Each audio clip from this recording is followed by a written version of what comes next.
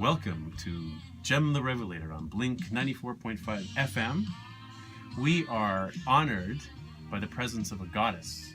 Some call her the spiritual warrior, the mind warrior, for those brainiacs out there. From Russia with love, Oksana Esberard. Thank you, Jim.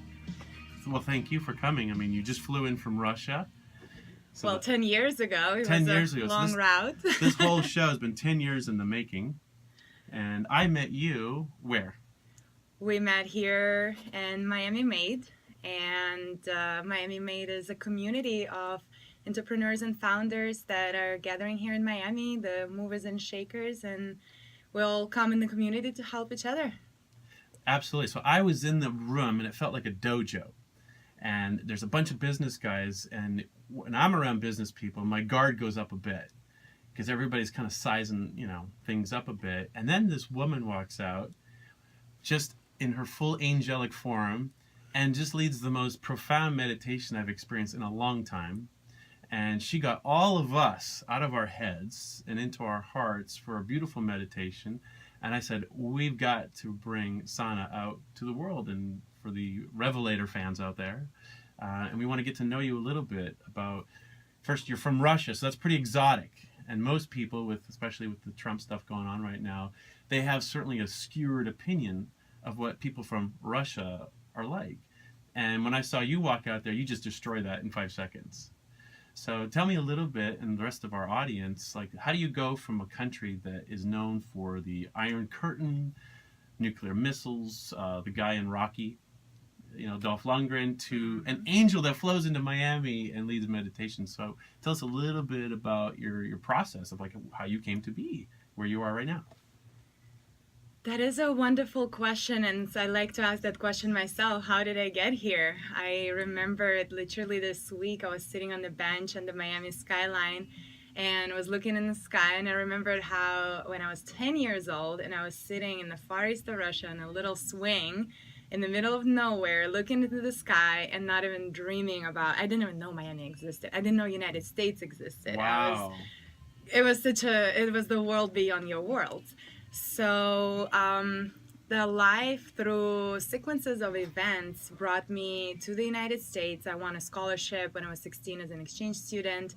And then once the world opened up to this little eyes, I just wanted more of it. And I wanted to explore and travel and not live in Russia. Where I'm born, you kind of had to get out of there. There was no university really, so I was not supposed to stay in that little town where I'm from. So you had a feeling deep down inside that you had a calling at such a young age. I mean, 16 saying I'm going to go to America, that's kind of like a... I would say the life brought me these experiences. I never had a calling because I didn't know, it was beyond my reach, but life brought me different opportunities and experiences, and I took them on. And give us like the first step. 'Cause a lot of people right now are listening and they're in a box right now. It's a comfortable box. It's got a nice view of the ocean. But I bet a lot of people, whether they're a 16-year-old little kid on a swing in the middle of a forest or on a yacht, everybody's in a box saying, what's more for me? And what was that first bridge you saw, that first stepping stone that came to be, the universe manifested? Or you did, actually. Wow, what a profound question. I think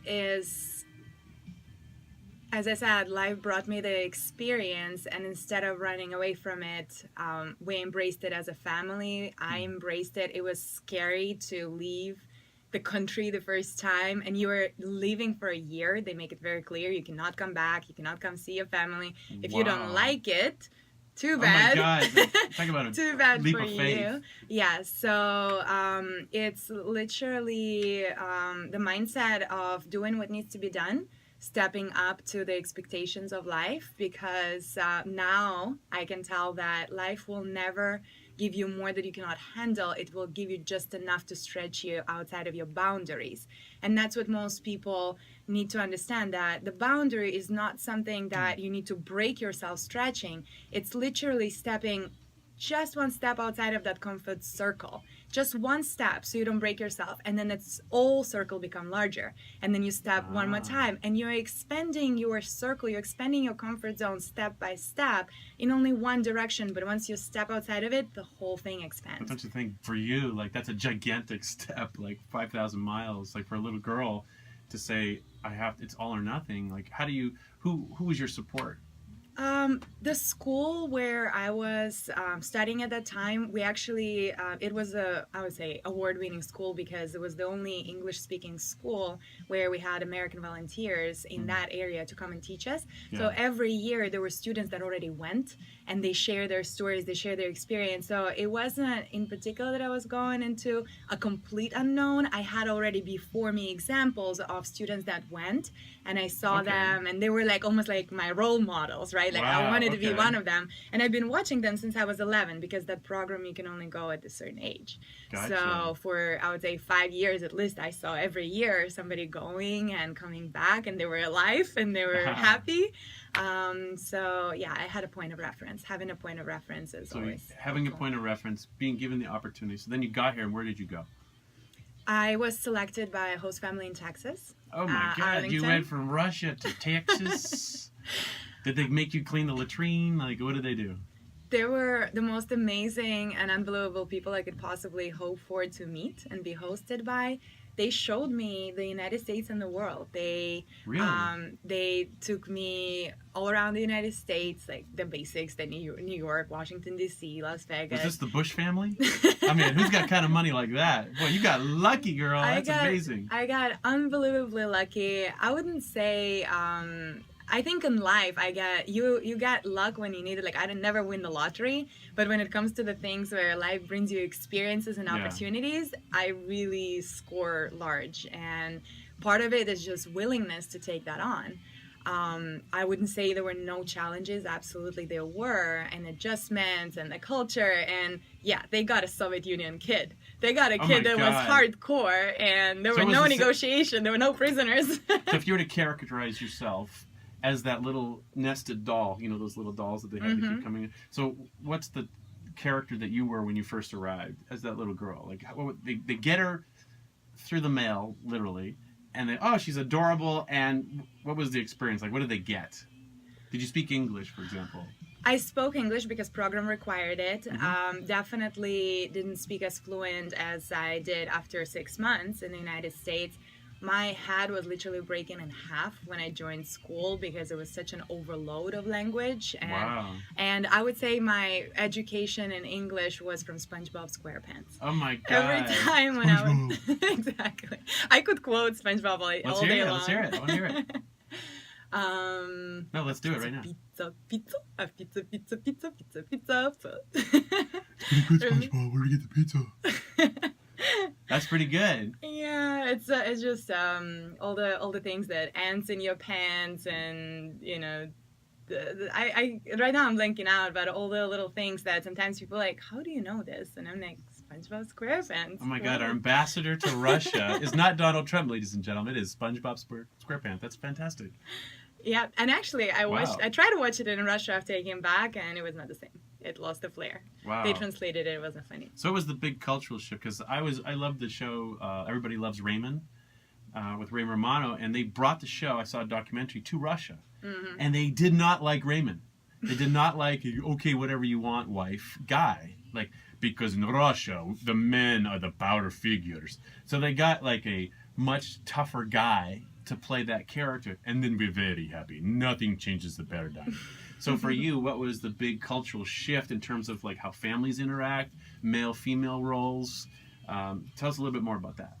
Well, it was exactly the opposite. Oh, really? Because when I got here, I was this Russian girl that needs to have a strong personalities, and I love how you fake the accent, and I'm no longer like I need to think to fake the accent. But yeah, it was exactly the culture shock of love and kindness and just general happiness around people smiling. Actually, I remember my first walk. I got outside of the house with my host mom, and we started to walk, and she waved at the people passing by, and they waved at her, and they smiled, and I asked her, do you know them? She's like, no.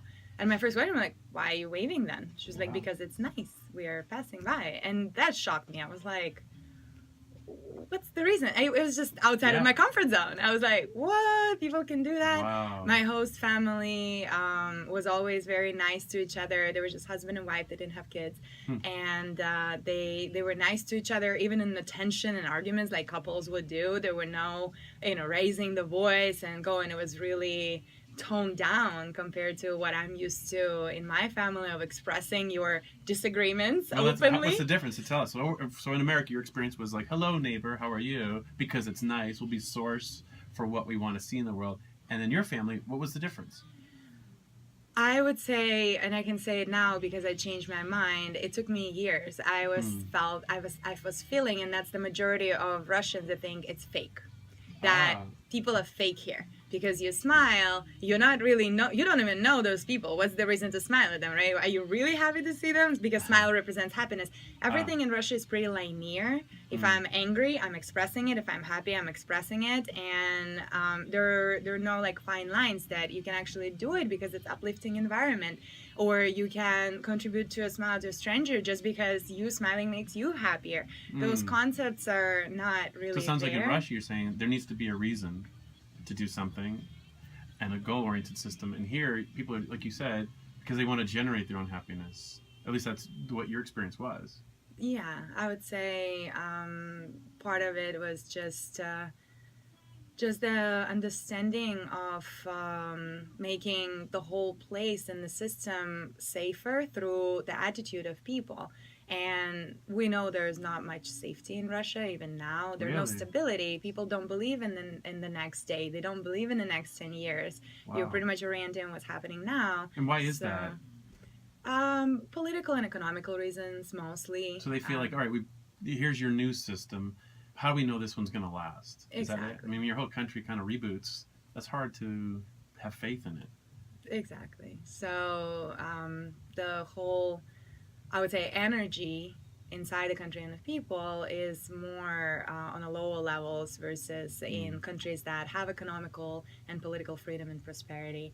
And it's just the way how people choose to, because I actually traveled all around the world and I have been to poor countries, and one of the examples is Brazil. Wow. The same economical situation, the same political situation, people shoot themselves more than in Russia. Wow. And there's a lot of economical problems. I mean, we know what's going on with Brazil. They're happy. They're outside, drinking beers, dancing samba, listening to their musics, and the whole vibe is just, the companies, they're just like on party mode all the time. I attributed it to weather a little bit. Weather helps. Russia's a cold country, and long winters really gets on you. I have physical experience of that. But still, there are countries like Philippines. They're happy. There's India, the BRIC countries. They're happy. I don't know about China, how happy they are. No. I've been there. Grandmas are dispensable. Yes, I think China is closer to Russia in the mentality. But there are examples in the world where the economical and political situations do not determine how people are. So let's blame the winter. Yeah, wow, that's impressive. So a little girl in the forest, which I can totally see that scene, on her swing set, and she takes a journey, and the universe just provided you the steps to get to a place where I think your heart knew existed. So that's beautiful. It's like Alice in Wonderland. And you get here, and lucky for you, you actually met some nice people from Texas, because no offense, but it's a little bit hillbilly over there, you know? They've evolved, you know, they don't mate with goats anymore, and they have technology and airports. At least that's what I tell myself when I used to go there with lawsuits, you know, and shotguns and, you know, machine guns. And you found the one really nice family there, and they said, this isn't Texas, this is love. And what a spiritual, you know, awakening for you, and you got to absorb all that. And on top of that, they brought you all over the United States through their eyes. And so now you've gotten that gift, and from what I can easily see, you're bringing that to everyone, wherever you go with your practice. So let's talk a little bit more about that experience you had that kind of burst you into the world, and then your amazing focus to say, I want to help others, the same way I received that gift. And I saw that day in the meditation. So tell me and the rest of the audience a little bit how you started to organize yourself and say, this is the practical steps I wanted to take, and what's your vision for the world? I'd love to hear that first. My vision for the world is just to be a better place for everyone. And external world starts with internal world. Everything that is happening in the physical reality is a manifestation of what people have internally. And we're talking about individual consciousness and collective consciousness. Individually, we all contribute to the energy that is all surrounding us, and then we are interconnected with other people, and together we contribute. So, have you had an experience when you actually have a beautiful chatter in the room, and then one person comes in, and the whole energy goes, poof? Yes, totally. Or the opposite. There's like tension and everybody, and then a baby walks in and everybody's like, woo, getting happy. Okay. So this when I talk about contributing your energy, and one person can change and contribute a lot. I think that now we're going through more stresses with environmental stresses, with everything that's going on politically, economically around the world. The stress levels are really high, information's overloads are high. So I want for people to start looking within to find the peace and comfort, and eventually the environment will start reflecting that as well. Okay, so for our audience, because I like to do the mirror reflect here, in case you missed that, like the whole blink, you missed it thing with the radio station.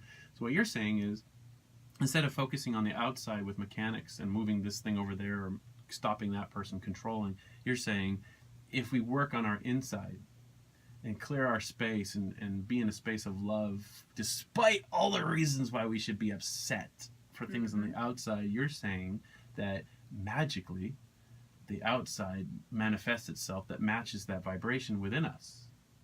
Is that right? Correct. Yes. So when I walk into a room, because I do that a lot, and I usually talk to myself, say, I really want this meeting to go well. Like, what can I be when I walk in? What's a practical little thing for our audience to do when they come into a room, whether it's their kids in the room making noise, or a business meeting, or they're going to meditation? Like, what's something they can do to kind of center themselves and then project what they want to create? That is a wonderful question. One technique that I teach and speak about, especially in the business environments, is what I call leave the baggage behind. So when you are about to walk into the room, and if you have a chance to step, let's say, into a private area, let's say you're in your office, just taking a minute and closing your eyes, breathing through, scanning your body a little for any tension, and literally choosing to leave behind everything that has happened before. It's a mental choice. It's not something that you need to write down or make it. It's just, okay, I'm right now in this moment. Here is my body.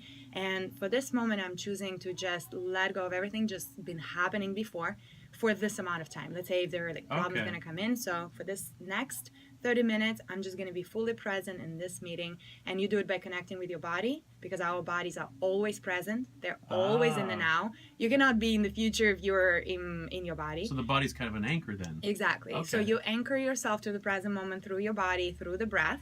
And then you choose mentally, and you can take like 3 deep inhales. And mentally you select and you tell yourself consciously, saying, I'm going to leave behind, and I'm going to be a blank sheet of paper to open up myself to anything that's going to come from this meeting. What you're doing, you're clearing energetically and emotionally and physically from all the garbage that was happening before, the traffic, the kids, anybody, arguments, and you're literally open up yourself and your energy. That's one thing. If the space is not an opportunity, use the last 5 steps to ground yourself. Again, you're really paying attention of putting the feet on the ground as you walk into that meeting. Last 5 steps, step by step, because we are usually in our heads. Paying attention to your feet is literal grounding. If you just shift, the shifts are really tiny. We're spending a lot of time in our heads, and that's where the worry, rumination, and stress happens. Stress is happening in our heads unless you like hit something physically. But a lot of stress is mental. Yeah. So as soon as you get out of your head, and the good using your feet or your back, as soon as you get into your body, it immediately shifts. So, and the last suggestion, and this is something that I do actually for people, like we did an exercise with you guys for that meeting, is doing what I called an inner minute, a mindful minute. Is just when you are in a group of people already, inviting them and taking 1 minute for everyone to either close their eyes or lower their gaze, whatever they feel comfortable, and just take a minute for themselves, arrive to the space, arrive to the body, and take 3 deep breaths together as one. Just connecting, saying, as a group, we're choosing to leave everything behind and to anchor it. Let's take 3 deep breaths together. It takes 1 minute. You want to lead one right now, just for like 30 seconds to a minute with your little bells, and so the audience can experience it with us right here? Sure, we can do that. See if it resonates through the radio waves. Of course. I know if somebody driving, please do not close your eyes in those circumstances. But you can still. Can you imagine? All right, everyone close your eyes. Off the bridge. Yeah, I've reached transcendence off a cliff. I think, yeah, it will be definitely a manifestation. So what... whoever's listening, if you can find the comfortable sitting completely, or if anybody is standing up, just finding that neutral where both feet are on the ground, finding the stability, and either lowering the gaze or closing their eyes or fixating the gaze and starting to look inward, just noticing what's happening in the body.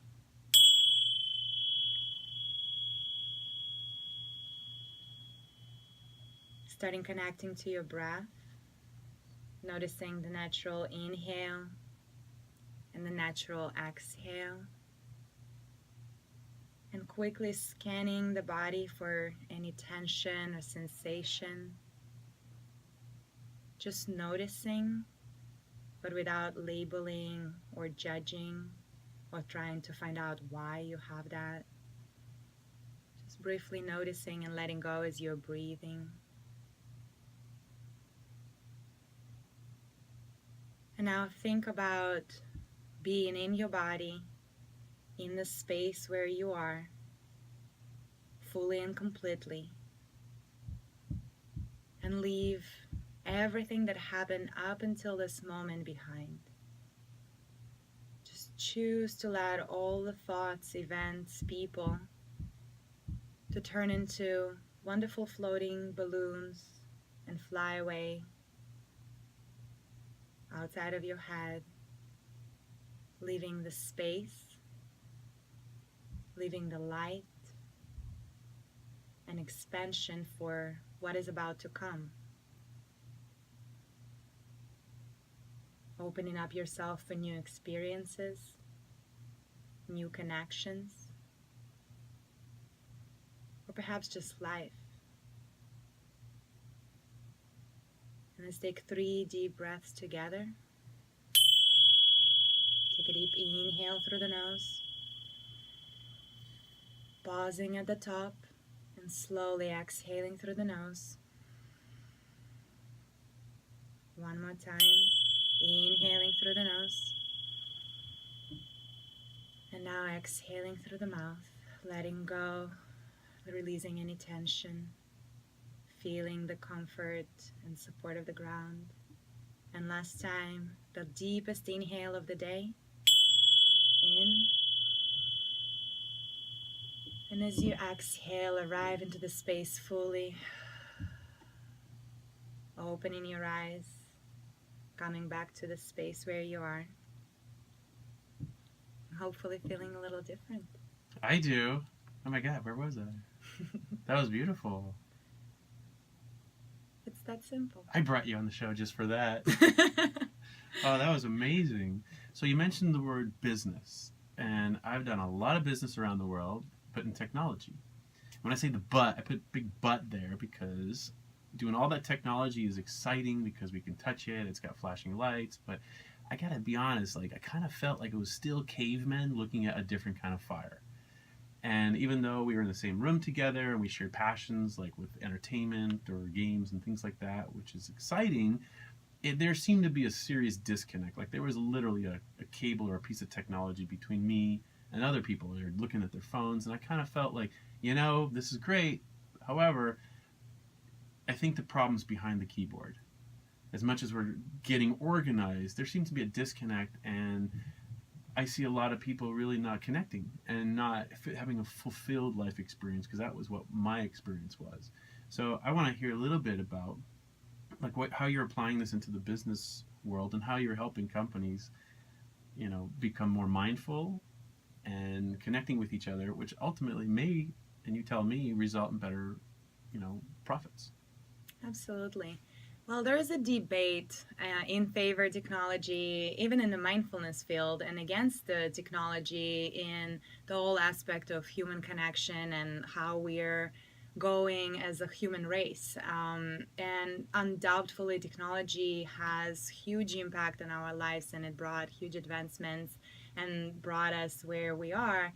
But at the same time, you're correct. It put the space between the people where they have chosen technology to escape from looking within and, first of all, connecting with themselves. Mm-hmm. If you think about an average person, instead of sitting and meditating where they can really tune up to what they really want, correct their focus, align with their goals, they choose to spend time on Facebook or texting with friends as a distraction.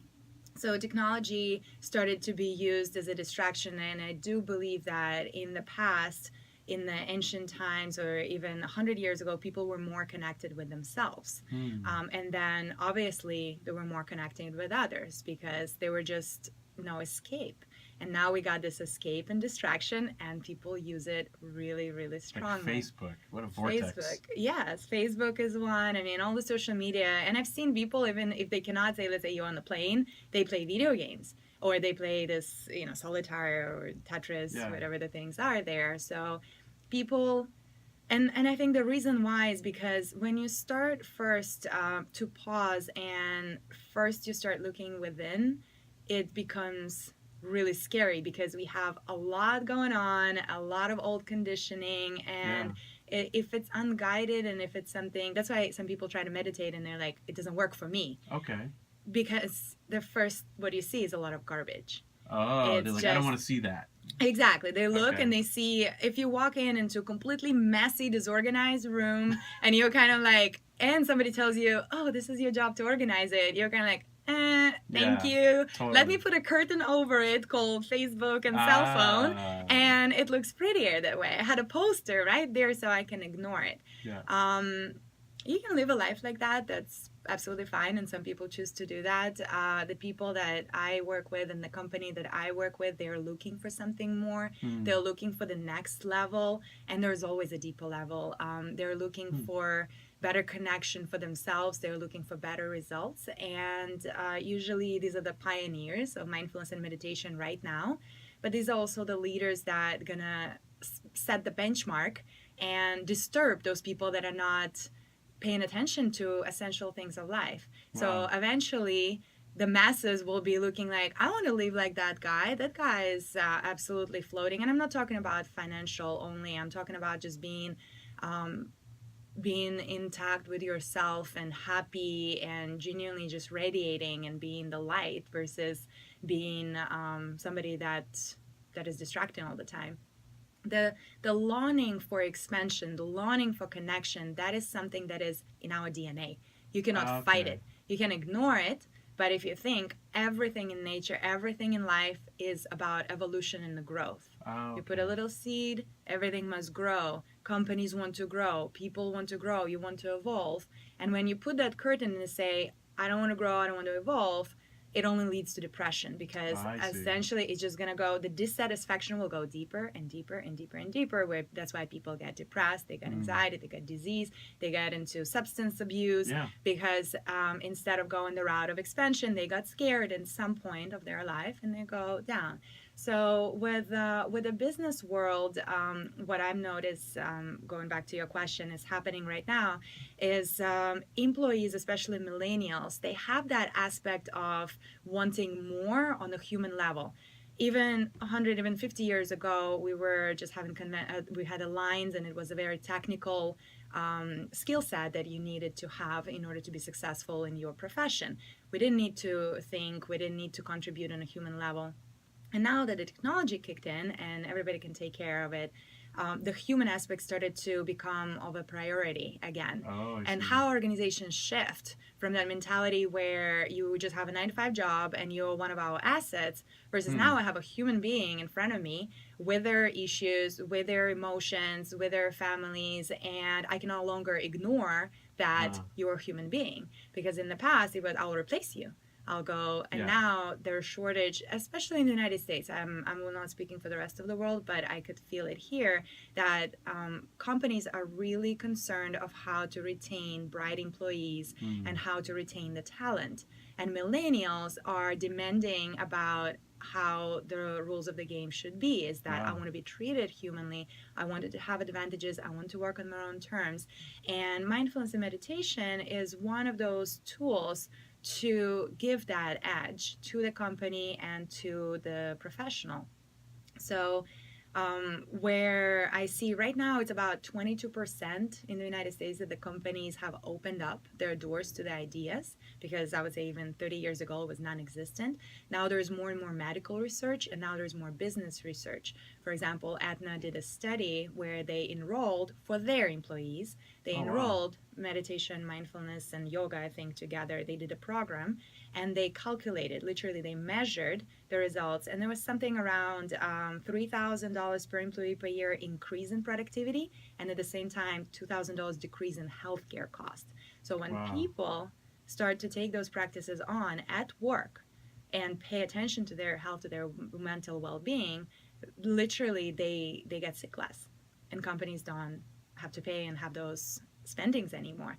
Plus, what I have seen through the leadership teams, and I have a few clients here in South Florida where they literally told me that after the sessions together, their meetings go an absolutely different vibes and tone. They're more collaborative, they're more compassionate, they can express their ideas more clearly, they're more creative together as a team, and they can face the changes and the differences in a more productive way. So if I can recap what you said in the summary, so it sounds like businesses can do what a human being you're suggesting to do, which is to go internal versus cut and then find replacements of the same program, which gets limited results. You're saying even companies as a whole organization can look internally, clear out stuff, find ways to help their own people clear out their stuff that will allow, better communication, efficiencies, and at the end of the day, they do care about the results, and so then they get them, but in a way maybe they didn't expect.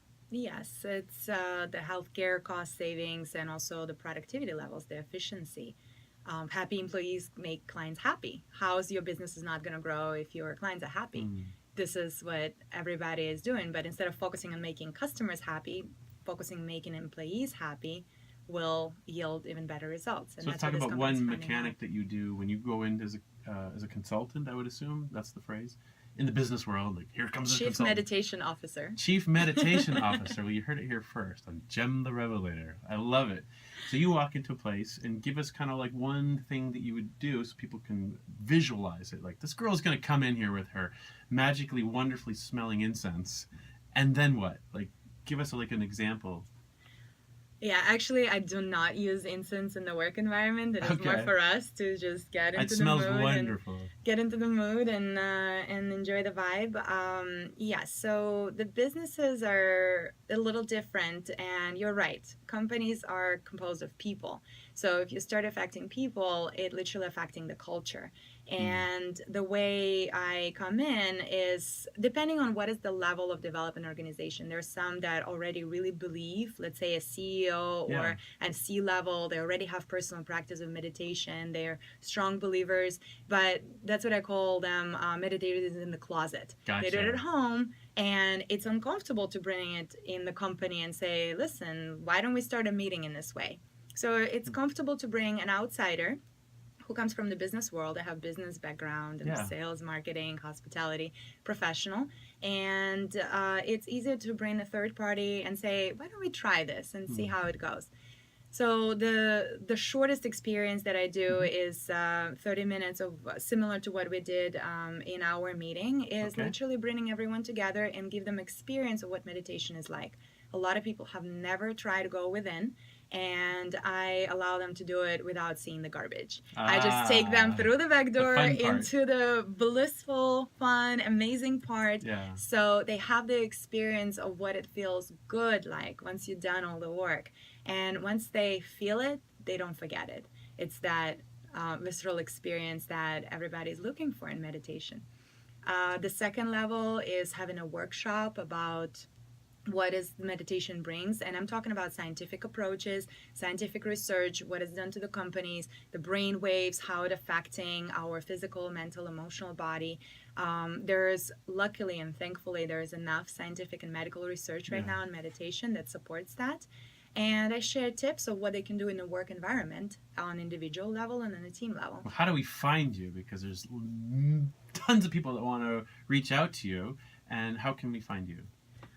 Very open on social media, Facebook. Okay. We're talking about it. Yeah. The website where you can read more about what I do is sattva.me. It's sattva.me. And it's the same for all the social media, LinkedIn, Oksana Esberard, Facebook, Sattva, me, or Oksana Esberard. So SATTV is in Victor, A.me, because everybody loves me. Yes. In our lives. And yeah, so if you literally Google sattva.me, that will be the website, and all social media other means there to connect. There is a phone, email. You are available is what you're saying. Anyway, you're open and available. Well, yes. I want to thank you for being our star guest, and I have a special song for you. It's been wonderful. I got a meditation in this, everything.